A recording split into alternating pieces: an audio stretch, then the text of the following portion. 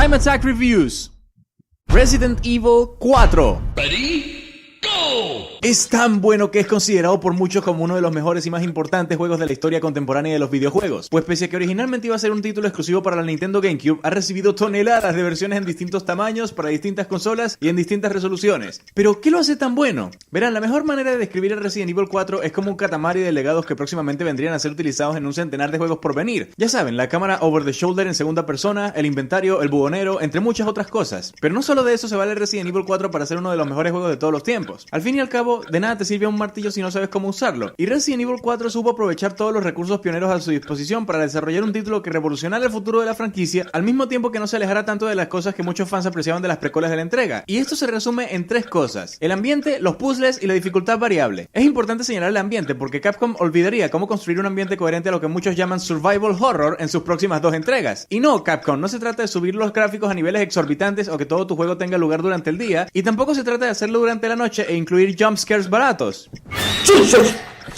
Se trata de crear un ambiente de soledad, de misterio, y esto se logra a través de una paleta de colores que reflejen que, aunque algunas partes del juego tengan lugar en el día, se vean lo suficientemente tétricos como para permanecer en un estado de suspenso durante toda la aventura, porque sí garantiza que quien esté jugando entre en pánico al ver al primer enemigo en pantalla, y ni siquiera tiene que brincarte encima. No hay mucho que decir con respecto a los puzzles, porque son exactamente lo que esperarías de un survival horror, aunque hay que decir que, al volver a retomar el título después de tanto tiempo, tuve que buscar las soluciones en internet, pues de verdad le dieron un nuevo significado a la palabra rompecabezas, y esto es algo bueno después de un largo periodo de tiempo de ausencia, lo cual refleja un muy buen desarrollo. Y estoy seguro de que muchos habrán quedado sorprendidos con el sistema de dificultad variable. Pues sí, no estoy hablando solamente de fácil, normal, difícil o profesional, sino de que el juego mide tu forma de jugar y los errores o los aciertos que cometas a través de la experiencia, y te va lanzando más o menos enemigos conforme a tu capacidad. Si mueres mucho, habrá menos enemigos y morirán más rápido. Si mueres poco, habrán más. Es un sistema de rendimiento muy parecido al que hay en juegos como Rocksmith 2014, por ejemplo, y es muy interesante saber que uno de los mejores juegos de la historia lo maneje, sobre todo porque ningún personero de Capcom hizo alarde de esto. Todo esto, como ya saben, es lo bueno. Lo malo es que, como muchos juegos que le seguirían, hay algunas secciones que terminan durando mucho y no tienen ningún sentido más que lanzarte hordas de enemigos. Entiéndase, relleno. Además,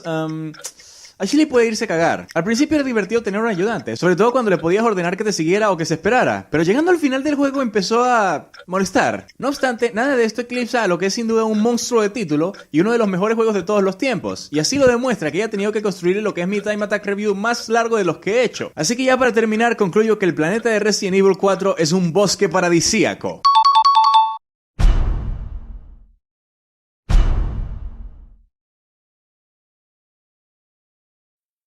Next time on World of Schneider.